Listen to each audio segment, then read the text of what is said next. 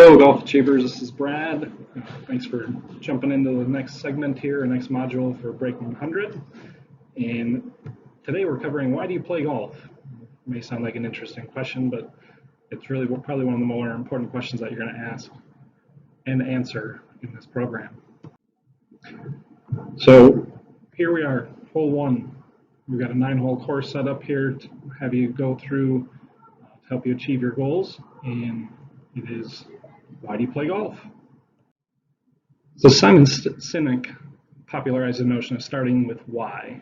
I've been coaching since 1998 and I've seen thousands of golfers start golf and stop playing golf. And this always revolves around the question they ask themselves. And I want you to achieve your scoring goals. So here are my top 9 reasons why I think you should play golf. First of all, golf is a game and games should be fun. If you're not having fun playing this game, we need to change that.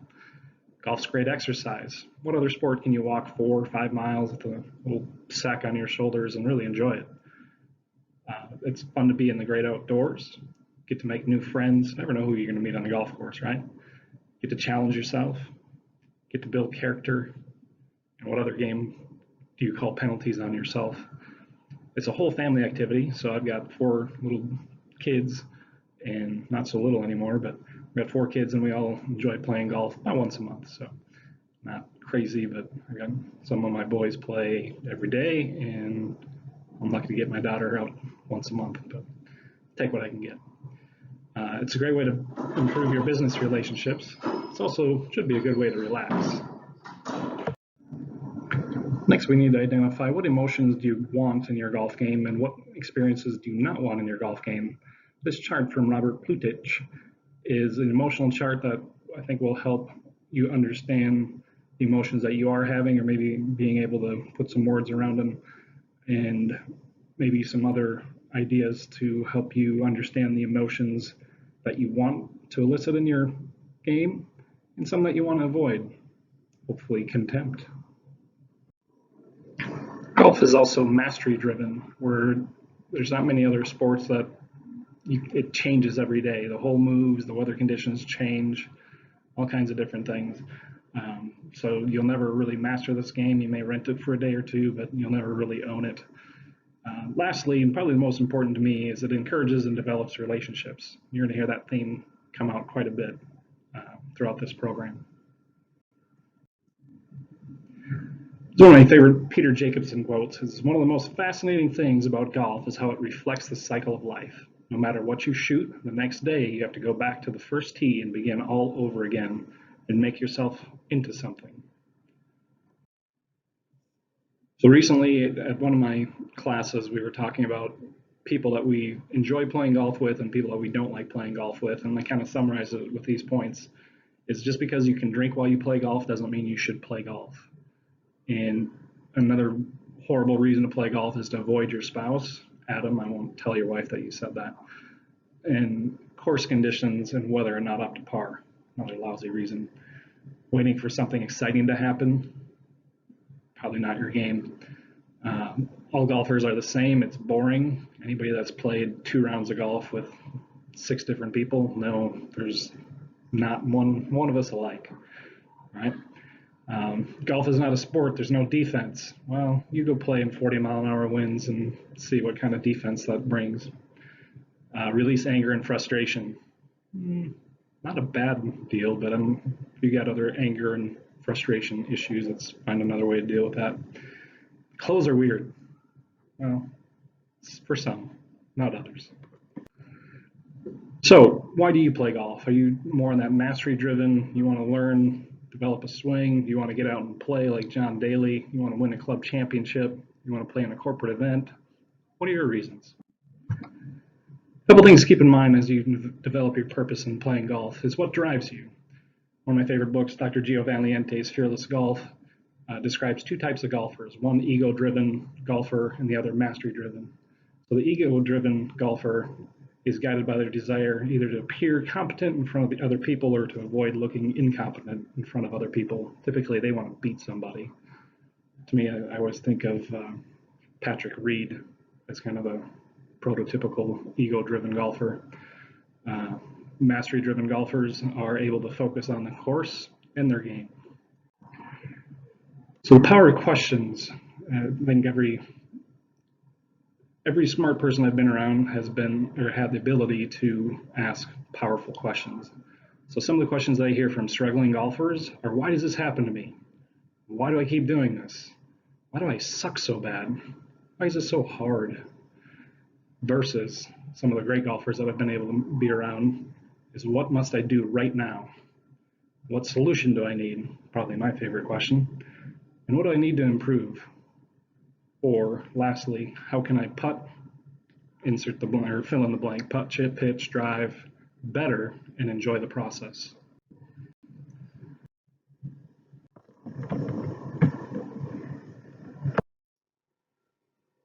Lastly, questions are like magnets. A positive charge or a leading question will lead you to or up the staircase and closer to your goals.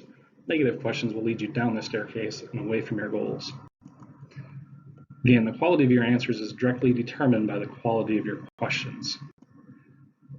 One of the things that we'll do throughout this program is develop a scoring mindset, or what to think about before, during, and after a shot, or in this case, in the assessment phase, the action phase, and the reinforcement phase. So one thing I want to be very clear about golf is golfers really don't care what you shoot, but they do care how you act.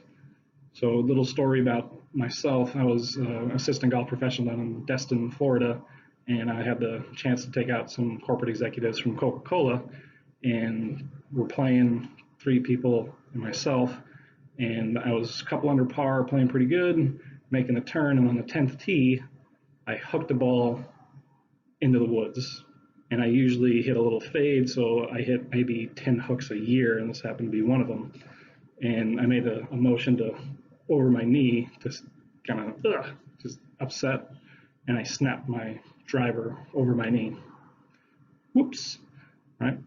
And so we get down, I shot, I think 68 that day, but what do you think the golfers thought of me? Hothead, right? Not necessarily, it probably wasn't that much fun to play with looking back at it, but I played well. But again, people don't care what you shoot, but they do care how you act. So all that to say, the quality of your relationships will be determined by the quality of your questions. That applies not only in golf, but in your personal life too. So the quality of your golf game will be determined by the quality of your questions. So what kind of questions are you asking yourself? One of my favorite focusing questions is from the book, The One Thing. And that question is, what is the one thing that I can do to make everything else easier or unnecessary? Give it a try. Think about that for a second. So what do great golfers think about before, during, and after a shot? Their breathing, muscle relaxation, the target. Who would like to play with more confidence? Again, let's define confidence as your ability to hit your desired shot. Who would like to focus more? As you can see here, you know whose eyes those are. You can't see his face, but those are Tiger's eyes, right? He's got some of the most focused eyes that I've ever seen. So in focus, how's your ability to maintain the main thing, which is also required in life? So again, one of my favorite shows is The Prophet, and he talks about the 3 Ps, the people, process, and product. Product may or may not be all that important, but definitely the process of improving is what I'm guaranteeing to give to you through this Golf Achievement Proven process. What is your level of commitment? How much time are you willing to put into your golf game? Can you get up early? Do you like to stay up late? Do you have to go to the golf course? Can you work in your basement? How can you be creative in your practice areas? Next step is identifying what's going to prevent you from achieving your goals. Is it time, amount of work you have, lessons, playing and practice time, or is it lack of resources, green fees, range equipment, or pardon me, range fees or equipment? Let's identify those, and then maybe we'll find some workarounds and see what we can do about that. So what's holding you back right now? Stop this just for a couple seconds and identify what's holding you back, and find three different solutions. First one's probably going to be pretty good, the second one's going to be better, and your third solution is probably going to be either humorous or the right answer.